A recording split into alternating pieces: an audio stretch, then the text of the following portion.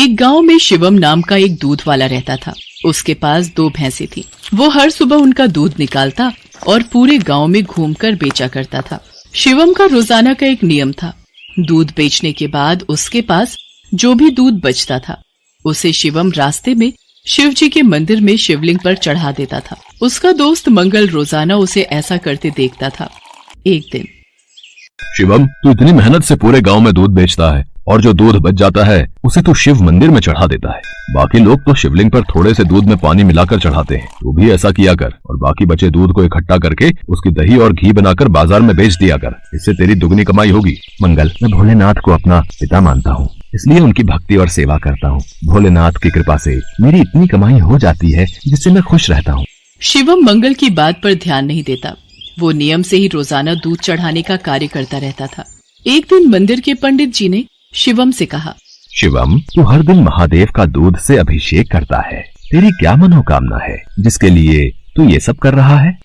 पंडित जी, मुझे भोलेनाथ से कुछ नहीं चाहिए। मैंने कई बार कुछ लोगों को दूध में पानी मिलाकर चढ़ाते देखा तो मुझे लगा भोलेनाथ पानी मिला दूध पीकर कमजोर न हो जाए, इसलिए मैं उनको दूध चढ़ा देता हूँ।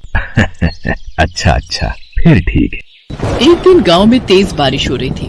बारिश के कारण शिवम दूध बेचने नहीं जा सका। उसका आज सारा दूध बच गया था। उसने सोचा, आज इतना दूध बच गया है, मैं इसे शिवलिंग पर चढ़ा आता हूँ। शिवम, ये दूध तो बहुत सारा है, ये तो बहकर खराब हो जाएगा। तो फिर मैं इस दूध का क्या करूँ? पंडित जी, मैं ये दूध घर वापस भी नहीं ले जा सकता और ऐसे तो ये दूध खराब हो जाएगा। तुम एक काम क्यों नहीं करते? तुम इस सारे दूध की खीर बनाकर भोलेनाथ को भोग लगाकर गाँव में खीर का प्रसाद बांट दो, इससे तुम्हें पुण्य मिलेगा। पंडित जी, ये तो आपने बहुत अच्छा विचार बताया है। मैं अभी जाकर बाजार से खीर का सामान लेकर आता हूँ। शिवम को पंडित जी की बात अच्छी लगी और वो बाजार से खीर बनाने का सामान ले आया। शिवम ने खीर बनाकर भगवान शंकर को भोग लगाया और सारे गांव में खीर का प्रसाद बांटा। इधर कैलाश पर्वत पर भगवान भोलेनाथ के मुख पर खीर लगी देख माँ पार्वती उनसे बोली, ये तो जरूर भगवान कृष्ण की भेजी हुई कोई चमत्कारी गाय दिखाई पड़ती है, जैसे उनका कोई आशीर्वाद हो। देवी पार्वती, ये मेरा प्रिय भक्त शिवम है।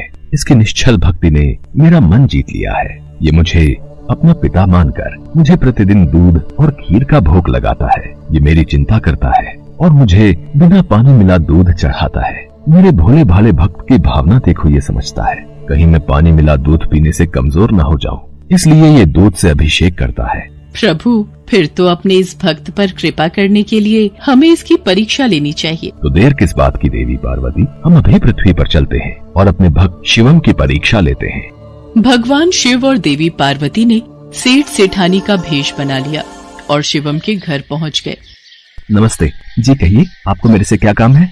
हमने तुम्हारे बारे में बहुत सुना है। तुम बहुत ताजा और शुद्ध दूध बेचते हो, इसलिए हम तुमसे दूध खरीदना चाहते हैं। तुम रोजाना अपना सारा दूध हमें बेच दिया करो। हम हर दिन तुम्हारा सारा दूध खरीदेंगे और तुम्हें दूध बेचने के लिए पूरे गांव में भागना भी नहीं पड़ेगा। हमारे लोग यहीं से दूध ले जाएंगे और पैसे तुम्हें दे देंगे। मैं आपको सारा दूध नहीं दे सकता। मेरी भैंसें जितना दूध देंगी उसमें से थोड़ा दूध मैं भोलेनाथ के अभिषेक और खीर के प्रसाद के लिए रखूंगा। पर हमें तो रोजाना बहुत दूध चाहिए। तुम सारा दूध दे दो, भले ही दाम 4 गुना ले लो, तुम्हारी अच्छी कमाई हो जाएगी। नहीं सेठ जी, मैं आपको सारा दूध नहीं दे सकता। आपको दूध लेना है तो मैं शिव मंदिर के हिस्से का दूध अलग करके ही आपको दे सकता हूँ, नहीं तो कोई बात नहीं। चलो भाग्यवान, हम कहीं और से दूध पता कर लेंगे। ये तो कोई बहुत बड़ा शिव भक्त जान पड़ता है। सेठ और सेठानी वहाँ से चले गए। कुछ दूर जाकर उन्होंने एक गरीब ब्राह्मण का भेष बना लिया। देवी पार्वती, अब हमें अपने भक्त की परीक्षा किसी और तरह लेनी होगी।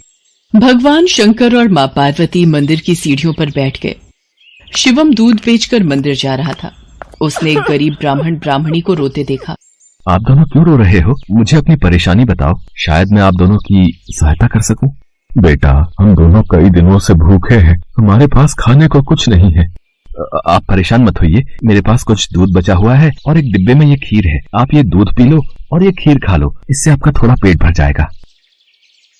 भगवान शंकर तुम्हारा भला करें बेटा, आज तुमने हमें ये दूध और खीर खिलाकर तृप्त कर दिया। यदि मैं आपको भूखा छोड़कर भगवान भोलेनाथ को ये दूध और खीर का भोग लगाता तो वो भी इसे ग्रहण नहीं करते, क्योंकि जिस तरह से मैं उन्हें अपना पिता मानता हूँ तो वो भी तो आपके पिता हैं, तो मैं उनकी संतान को भूखा कैसे रख सकता था। इसलिए मैंने ये दूध और खीर आपको दिया। पर बेटा, ये प्रसाद और दूध तो तुम भगवान भोलेनाथ के लिए लाए थे, तुमने हमें दे दिया। तुमने हमारे लिए अपना नियम क्यों तोड़ दिया?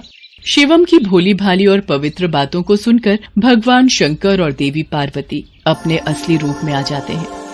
उन्हें देखकर शिवम उनके चरणों में गिर जाता है। शिवम, मैं तुम्हारी सच्ची भक्ति से बहुत प्रसन्न हूँ।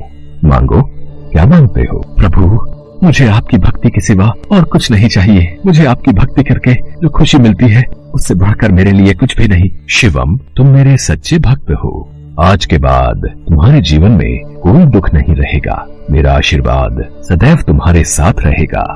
शिवम को अपना आशीर्वाद देकर भगवान शंकर और माँ पार्वती अंतर्ध्यान हो जाते हैं। उस दिन के बाद शिवम का जीवन सभी प्रकार के सुखों से भर जाता है।